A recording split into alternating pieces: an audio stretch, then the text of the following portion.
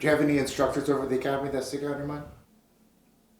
I do. One of them was my air officer commanding. He was a Marine, Jimmy Cash, Major Cash, and I never called him Jimmy, of course, but he was a pretty serious guy, and I remember when I was getting right to the time where you're going to get a commitment. If you go the next school year and you start that first year, the first day, you're going to be in the military one way or the other, but you could leave. And I was considering going, getting out, going to a regular college and going to law school. Major Cash says, I'm not going to sign this right now. But he said, I want you to walk around and think about how hard it was to get here and how hard you've worked to be the best cadet you could be. And think about the potential loss to the nation if you don't stay. He said, I would feel a great sense of loss if you left. But he said, if you walk around and you think about it, and you come back to me and you say, and literally, there were like 12 or 13 signatures on there. He was the last one. And, I thought back, he really did care, not just about me, but about the country.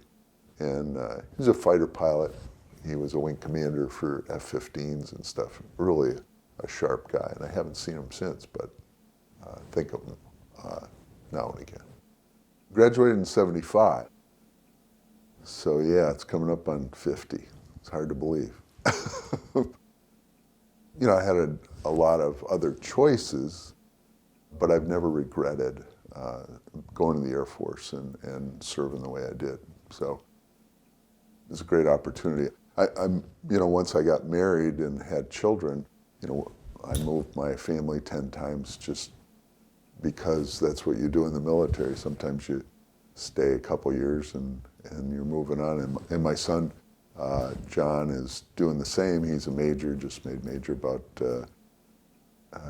a couple years ago as of last September. So he's coming up on 3 years as a major.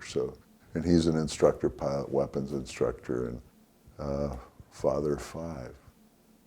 I went to pilot training in Columbus, Mississippi. And then I went to Little Rock flying C-130s. And then I got out after five and a half years, and I went to law school, and I graduated with honors from Marquette Law School, and then I hung out a shingle, so to speak, and I had my own practice for a couple years, and then I went to a law firm, about 25 attorneys, 50 staff, and then I went to Wausau Insurance Company as a what do they call it, a in-house counsel for Wausau Insurance Company. And then the first Gulf War started, and I go, they need me, I gotta go. So I recommended a replacement, and they interviewed him. He sent me a bottle of scotch. He's still there, and I'm not.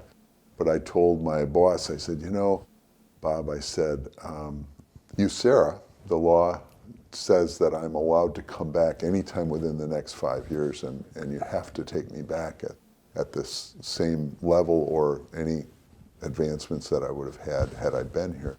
But I said, that's not really fair to you, and I don't know how long I'll be gone. Could be a couple years, I don't know. So I'm gonna resign. And he said, Max, he said, even if I don't have a place for you, if you want to come back, I'll make a place for you, which he never had to do, but it was nice that he said it.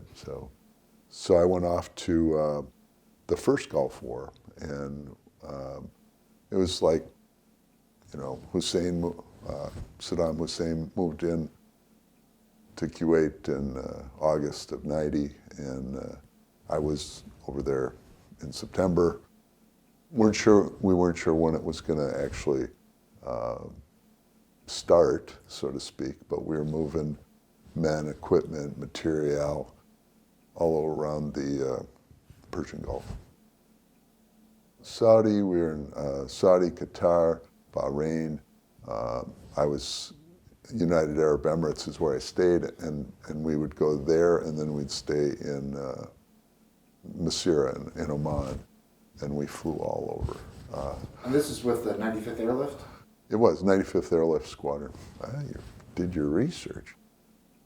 Those were the guys at Milwaukee, and really a great group of guys.